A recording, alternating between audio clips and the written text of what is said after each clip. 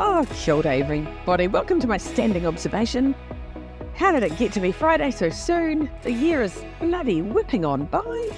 Now, I am sitting here and today is Matariki in New Zealand.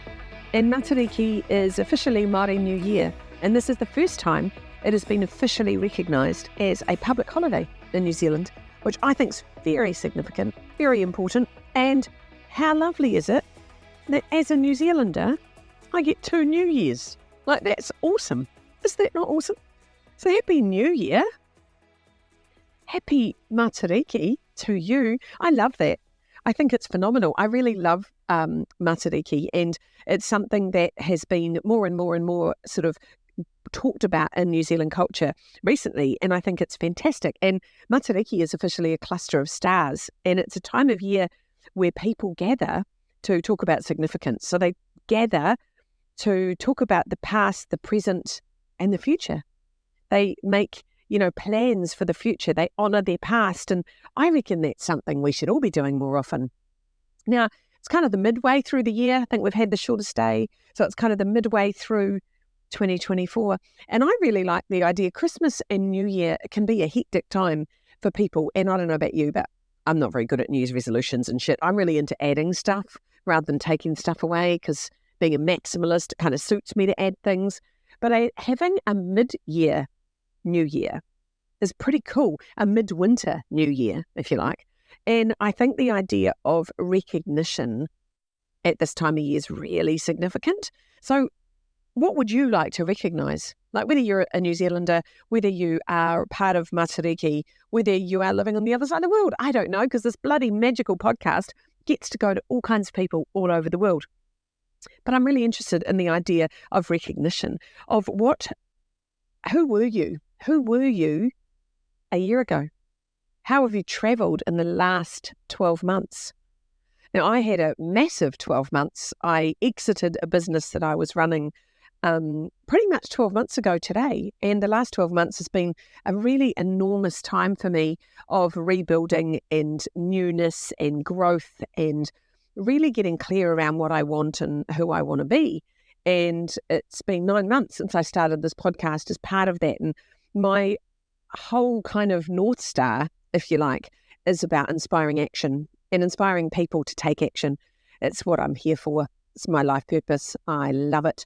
I'm very fucking bossy. So, pushing people into action and pushing people into possibility is my thing.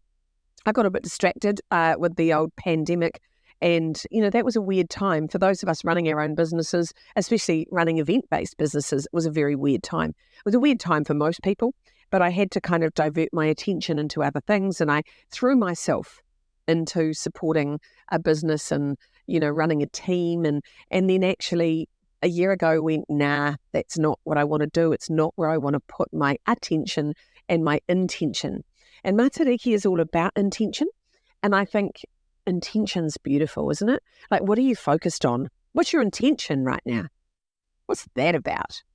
So who we were, who we are now, and then who we want to be is the energy that is celebrated at Matariki. So spending time thinking about who you were, who you've lost, who's passed away in the past 12 months, who is no longer in your world. Maybe you haven't lost them physically. Maybe you've just energetically moved on. Maybe there's people in your world that you discarded or moved away from or separated yourself from in lots of different ways. What has changed in your world? I love that concept. And then honouring what they taught you. What was the lesson that that person brought into your world? What was the lesson that that person gave to you? And how are you better off for having had them in your life? I love the idea of living better for having known someone. And when you're talking about grief, and grief can mean a physical death or it could mean an emotional death, right? It may not mean that someone has physically died and left this world. It may mean that your relationship with them has died. What is that about? So if your relationship with them has died, how are you living better for what you have learned? In the world that things happen for us and not to us, how do you live better now on the other side of that human? So who have you lost in the last 12 months? I've lost a couple of friends, for better, for worse. So, that's good. And I'm a different person on the other side of those relationships. And I think spending some time just honouring that and thinking about who you used to be. What roles did you used to have? What did you used to do? What actions did you used to take that's now no longer true for you? So who are you now? Who are you right now, sitting here at the end of June? And what is worth celebrating? What have you got to celebrate that you are stronger, or you are more vulnerable, or you are more honest, or you are more open, or what are you as a result of the last 12 months? And then who do you want to be? I spend so much time talking to people about who you want to be and who are the people that you need in your world.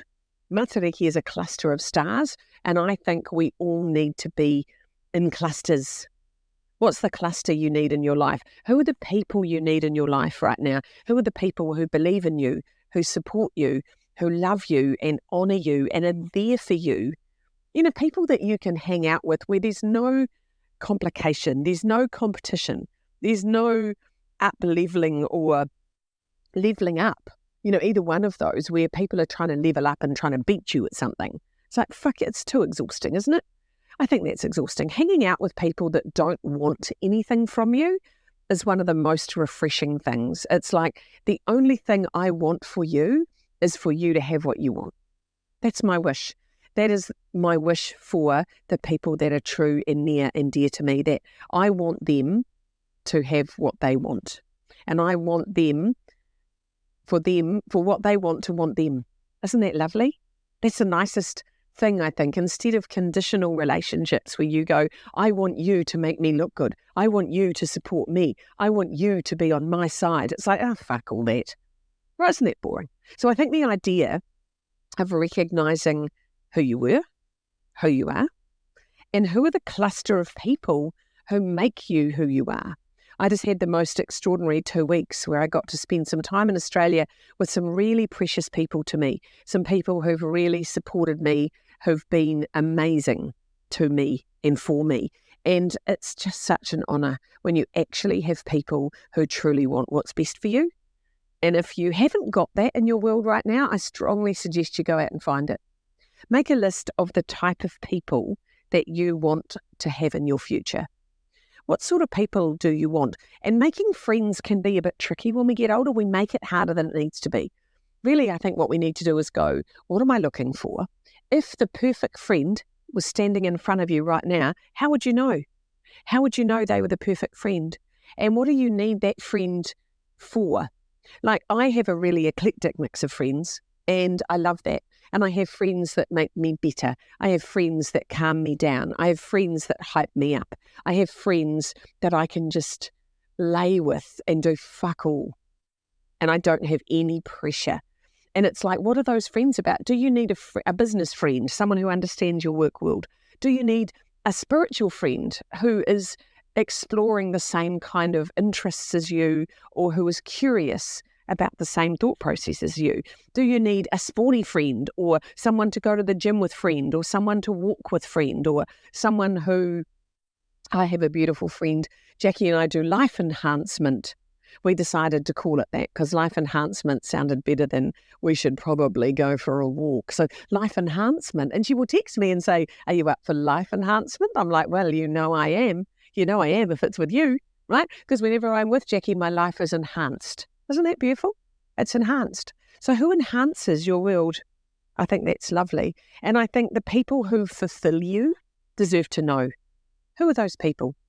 Who are the people that fulfill you? And Matariki is a beautiful time to spend some time honouring the people who are no longer in your world and honouring the people who are in your world. Like, who are these people that you want to honour? I reckon if you spent some time today making a little list of your people and just reaching out to them and going, you're one of my fucking people.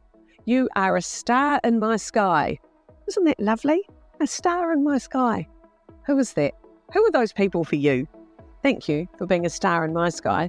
This podcast makes me happy, and I meet more and more people every day who are listening, and it's just beautiful, and attending my energy events and coming along and are now part of the Energy Club, which makes me so happy, where I get to sparkle a little harder and provide a little more inspiration so that people can get what they need. And that makes me really happy. So happy Matariki to you all.